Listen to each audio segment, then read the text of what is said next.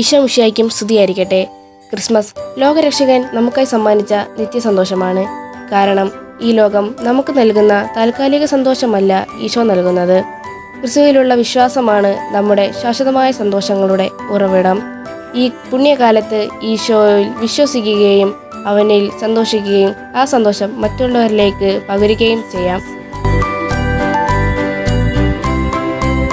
ഇന്നത്തെ പ്രാർത്ഥനാ ചിന്ത: കർത്താവിൽ സന്തോഷിക്കുകയും മറ്റുള്ളവരുടെ ജീവിതത്തിലേക്ക് സന്തോഷത്തിന്റെ പ്രകാശം പരത്തുവാനുള്ള കൃപയ്ക്കായി പ്രാർത്ഥിക്കാം. ഇന്നത്തെ തിരുവചനം ഫിലിപ്പിയരുടെ ലേഖനം 4-ാം അധ്യായം 4-ാം വാക്യം.